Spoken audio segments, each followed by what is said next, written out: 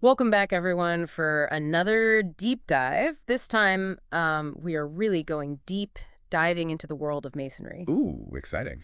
But we're not just talking about, the history or the basic rituals. No, no, no. Right. This time, we're using Harold Waldwin Percival's book, Masonry and Its Symbols, to explore this topic. Oh, I like him. Yeah, and it's a fascinating read. It was published in 1952, and really it's more of Percival's own take on the deeper philosophical meaning behind Masonic symbols and rituals. Yeah, he definitely had some strong opinions, that's for sure. Yeah, and he sees it all through the lens of his own philosophical work, Thinking and Destiny, which we might have to do another deep dive on at some point. That's a whole nother deep dive for sure. So, But it's interesting how he kind of connects the two. yeah. So to kick us off, what were some of the things that stood out to you when you were reading Masonry and its symbols? Honestly, right from the start, Percival just throws out these bold statements about Masonry. Like, wow. Yeah. He claims it's older than any organized religion, even older than the pyramids, Whoa. and that it's not tied to, like, one specific faith or ethnicity. Interesting. And there's this idea that there are these higher intelligences kind of guiding its purpose, working behind the scenes. He even suggests that some people in the lodges might not even be aware of it. That's wild. So it's like he's painting this picture of Masonry as almost this, like, a secret society devoted to unlocking hidden knowledge. Exactly. That's a great way to put it. And then he just lays out this huge goal, this grand objective for Masonry Okay, what's that? to guide individuals in, get this, reconstructing their physical bodies into a perfect eternal form. Wow. A temple not made with hands, he calls it. A temple not made with hands. That's such a powerful image, and I can definitely see how it relates to Percival's whole thing in Thinking and Destiny, Total. with the idea of, like, there was this perfect state and then a fall into this world that we experience now. Right, and he seems to be implying that, Masonry offers this path back to that original perfection. Wow, there's a lot to unpack there. But it makes you want to dive in even more. Oh, for sure. And one thing that really struck me was like, the book is filled with these really vivid descriptions of Masonic symbols and their hidden meanings. Oh, yeah, absolutely. For example, the cable toe. At first glance, you might think, okay, it's just a rope. But Percival says it represents so much more. Right. He talks about how it's like a symbol for the umbilical cord, representing all those senses that tie us to the physical world. Hmm. But it's also the thread that connects us to our destiny, Oh, I like that. to this potential for, like, rebirth and transformation. It really is this multi-layered symbol. It kind of captures that whole journey that he's describing. Exactly. It makes you think about all those, what cable toes might be holding us back in our own lives or, propelling us forward. That's a good point. It's like those things that we're tied to that we need to maybe examine. And then there's the hoodwink, which of course is a pretty classic Masonic symbol representing the darkness before the light. Right. But Percival also saw it as like a reminder of this innate desire for knowledge we all have, that yearning to see beyond the surface and peel back the layers to really understand what's underneath. Oh, that's cool. I like that take on it. Yeah, it's about that drive to seek more light, to discover those hidden truths. He goes pretty far with this whole body symbolism thing, right? Like he even compares the lodge itself to the human body. It does. And it assigns all these different stations within the lodge to specific organs and functions. It's pretty wild. It's amazing. From the heart to the lungs, Yeah. even, the sex organs. He really gets into the nitty-gritty of it all. But I think to really grasp his interpretation, you kind of have to understand this concept he has called the Triune Self. Right, and maybe you could help us break that down a little bit because that's a pretty big one. Yeah, absolutely. So the Triune Self, the idea is that we're actually made up of three distinct aspects: the doer, the thinker, and the knower. It's basically a way to understand the different parts of yourself that drive, your actions, your thoughts, and then your, like, deepest understanding of the world. I see. So, if I'm understanding this correctly, each Masonic degree, according to Percival, represents a stage in, like, uniting these three aspects. Exactly, in achieving a sort of wholeness within ourselves. Okay. And it's not just a metaphorical idea either. He connects this to something from Thinking and Destiny that he calls the breath form. Oh, right. Right. Imagine this sort of record of all your thoughts and actions, like an energetic blueprint that's around you. Okay. He believed that the work you do within Masonry can actually influence and shape this breath form, leading to a genuine transformation, not just mentally, but physically as well. Whoa. All right, so we're going to come back to this idea of the Triune Self as we kind of go through the degrees because I think it's going to be really helpful. Yeah, definitely. But before we get into that, we have to talk about the story of Hiram Abiff. Oh, absolutely. You know, the master builder of Solomon's temple who was murdered for refusing to reveal the secret word. Such a central story to Masonic tradition. Yeah, and Percival has such a fascinating interpretation. He portrays Hiram as this, like, representation of the life force itself, that vital energy that drives all of us. He's trying to, in Percival's view, escape the limitations of his physical form, but ultimately he kind of dies to the lower expressions of that energy. Right. It's like that struggle between our higher aspirations and our lower desires. And then the three ruffians that kill Hiram, Percival doesn't view them as, like, purely evil figures. No. He sees them as representing those three aspects, the doer, the thinker, and the knower. Okay. But they're acting in an imbalanced way, even becoming destructive. Wow. Like imagine when your actions aren't guided by wisdom or your thoughts run wild without any grounding in reality. It's like he's saying these imbalances can have serious consequences. And then what about those three burials and the raising of Hiram by King Solomon? Right. Those become these stages in the transformation and redirection of that vital life force. Right. It suggests that we can actually learn to harness that energy to create something greater. So how does Percival connect all this back to, you know, the individual's personal journey? Well, for him, the Hiram story is like a big allegory for our own growth.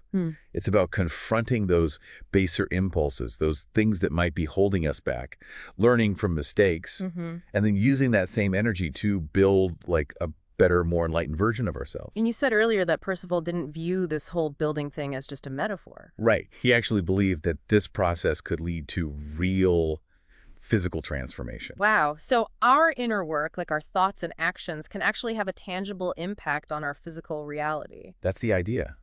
It's a pretty powerful concept, right? Yeah. How much do you buy into that? That our inner world shapes our outer world?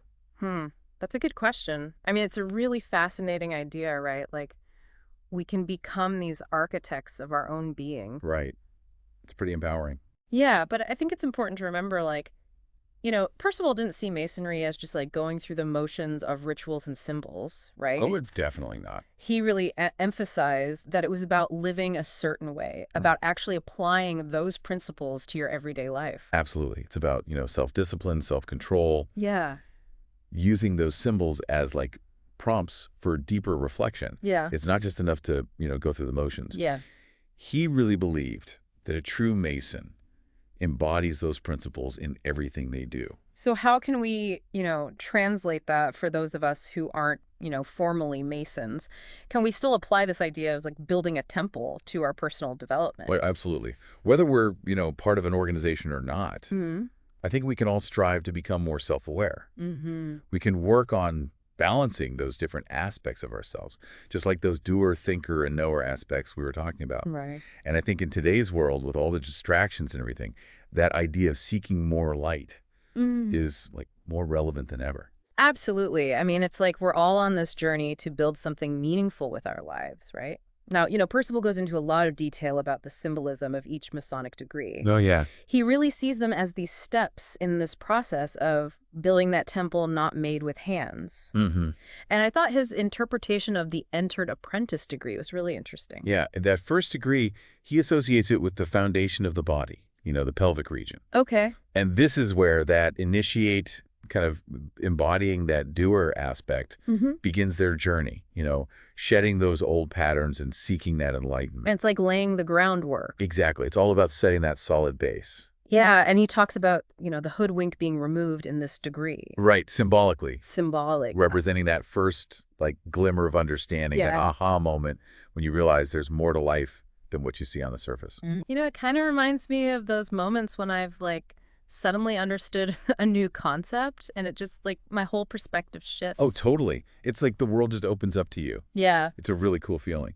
And then, the tools that are given to the Entered Apprentice, the 24-inch gauge and the common gavel, those have symbolic meaning, too. Oh, absolutely. Wow. The gauge representing, like, measuring time and choosing the right course of action. And the gavel symbolizing that willpower you need to shape yourself to kind of chip away at those rough edges. Oh, I like that. It's like you're given the tools to really start building, to take those first steps on the path. Exactly. You're empowered to start shaping your own destiny. And Percival even suggests that, like, the first third of a Mason's life should be dedicated to service, Right. to not wasting your energy. It's about laying that foundation of service before you start, building up those higher levels. Okay, so that sets the stage for the fellow craft degree then, right? Exactly. And that one, according to Percival, corresponds to the abdominal region, that middle chamber of the body. Okay. It's where the initiate starts to connect with their thinker aspect, that ability to really reason and understand. So it's like moving beyond just the action, the doing, and starting to bring in that intellectual element. Exactly. You're engaging your mind more fully. And I remember him describing how in this degree, the candidate sees one point of the compass like rising above the square. Oh, right. That symbolizes the thinker starting to, guide their actions. It's like your intellect is kind of taking the lead and forming those choices that you're making. Exactly. It's a more balanced approach where your thoughts and actions are starting to work together. And the fellow craft gets new tools in this degree too, right? The Huh. plumb, square, and level. Right. And those tools represent uprightness, equality, and then that union of those qualities within their thinking. So it's like a more refined way of building. Absolutely. It's about bringing those principles into your thought process. And what about the story of the two pillars, Boaz and Yachin? I thought Percival had a really unique take on that. He did.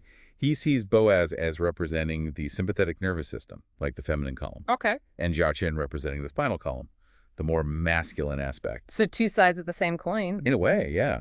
And he suggests that, in that original perfect body, both columns were functioning in harmony. Okay. But after that fall we talked about, only the Jachin column, the masculine, stayed active.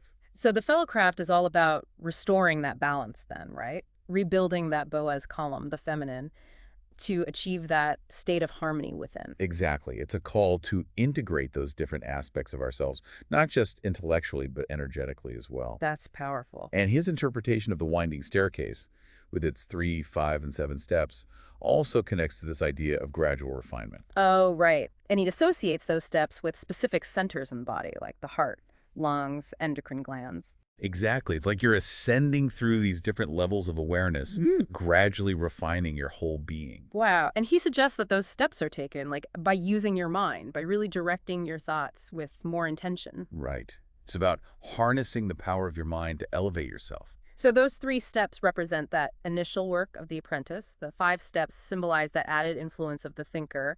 And then the 7 steps are about reaching those higher levels of consciousness. Exactly. It's a beautiful progression. Yeah, it's really amazing how he, like, weaves together those physical, mental, and spiritual elements. He does. It's a really holistic approach. Okay, so then we come to the Master Mason degree, right? Right. The culmination of those first 3 degrees. And this is where the initiate connects with their knower aspect, tapping into that deeper well of wisdom and understanding. Exactly. It's about accessing that higher knowledge, that inner knowing. And I remember Percival saying that in this degree, both points of the compass are raised above the square. Right. Showing that both aspects of the thinker, rightness, and reason are now guiding the doer's actions. It's like you've achieved this level of integration where, like, your actions are aligned with your higher understanding. You're operating from a place of wisdom and balance. Yeah, and the trowel becomes a really important tool for the Master Mason, right? It does, symbolizing that ability to, spread the cement,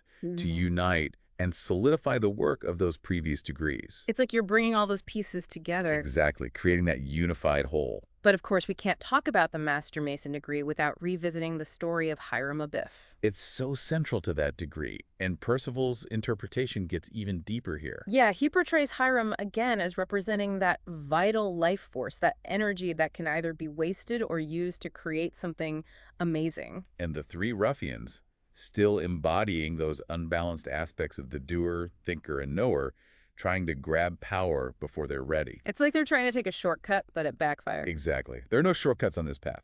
And Hiram's refusal to reveal the word in this context takes on a whole new meaning. Oh, totally. It's like saying that true knowledge, true understanding can't be given to you. Right. It has to be earned through that process of actually building your own temple. It's about the journey, not just the destination. And his death and resurrection become symbolic of that transformation of the life force, moving from a purely physical expression to something more enduring, more spiritual. It's about transcending those limitations. Percival goes really deep into the symbolism of those 3 burials. Oh, yeah. He breaks it down. each representing a stage in that transformative process, even connecting them to specific parts of the body. Right. The first burial in that, like, rubbish of the temple, that represents the life force being used to build the physical body. Mm-hmm.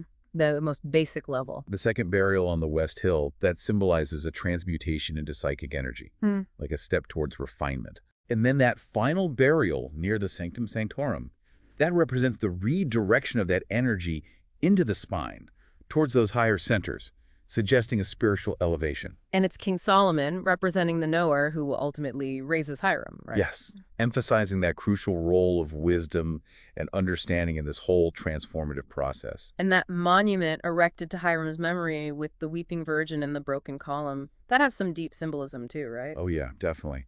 Percival interprets that broken column as representing the sympathetic nervous system, that feminine aspect that needs to be reintegrated, It's like a reminder of what's been lost. and what we're striving to rebuild within ourselves. So becoming a Master Mason, according to Percival, isn't just about participating in a ritual, it's about a profound inner transformation. It's about integrating those aspects of yourself, the doer, thinker, and knower, and reconstructing your own temple into something more perfect, more enduring.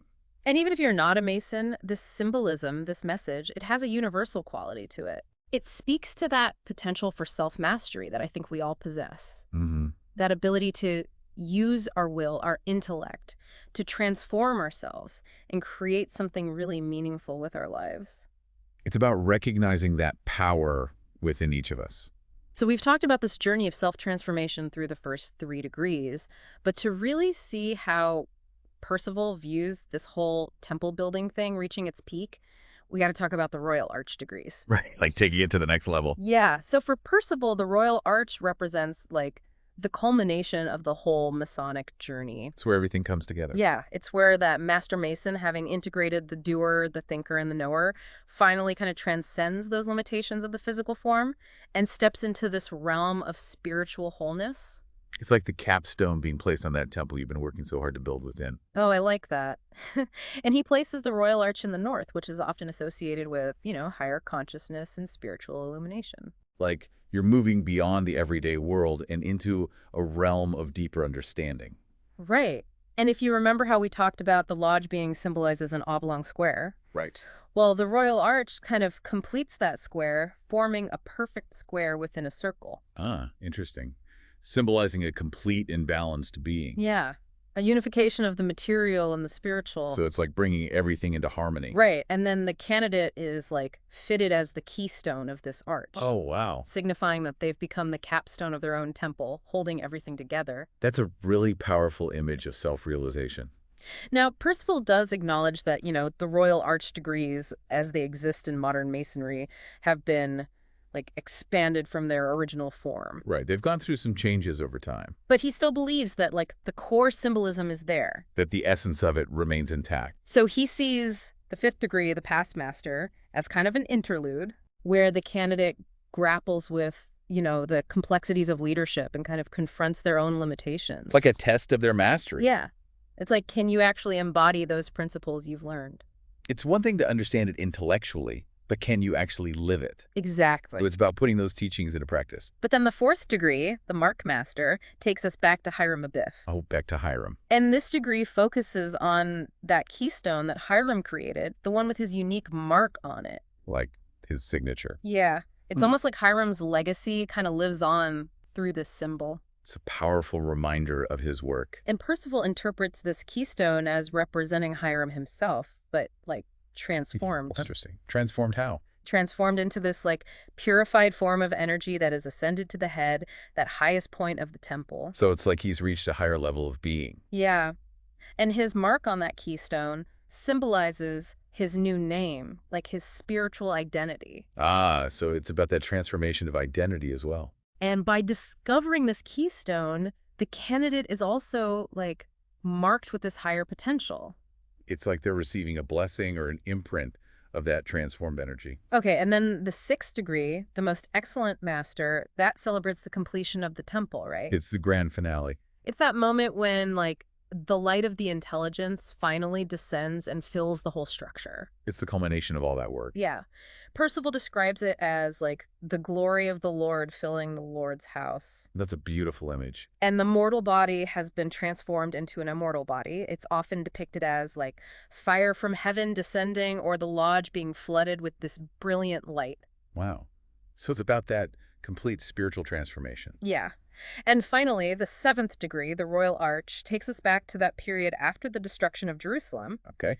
And the candidate is one of 3 Masons returning to rebuild the temple. It's like a symbol of starting anew. Yeah, rebuilding yourself after experiencing, loss or hardship. And what happens when they get there? Well, they discover this secret vault beneath a trap door. Ooh, a secret vault. What's in it?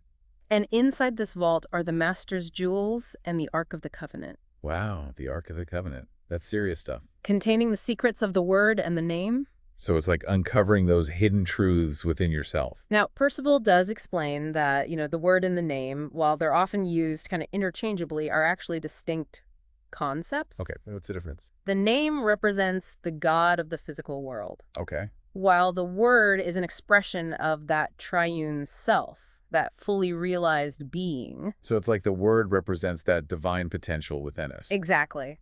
And he suggests that the word, like the true Masonic secret, can only be spoken by someone who has actually rebuilt their temple and achieved that spiritual wholeness. It's the expression of the divine through a perfected human form. Yeah. It's about reaching your full potential. Wow. So it's pretty clear that Percival's whole take on Masonry goes way beyond, just understanding those rituals and symbols. It's a deep dive into self-transformation. Yeah. It's about that quest for more light, for reuniting with our true nature and rebuilding ourselves into that perfect eternal form. It's really inspiring, even for those of us who aren't Masons. Absolutely. I mean, the principles and symbolism, they resonate with anyone who's looking for self-knowledge, spiritual growth, and just a deeper understanding of like their place in the universe. It's about that potential for transformation that we all have within us. It makes you think, right? If our lives are the temples that we're building, what are the tools and symbols that we're working with every single day? And are we using them to create something that's really lasting and meaningful? Well, that's something to ponder as you continue your own exploration of this whole world of Masonry and human potential. Thanks for joining us on this deep dive, everyone.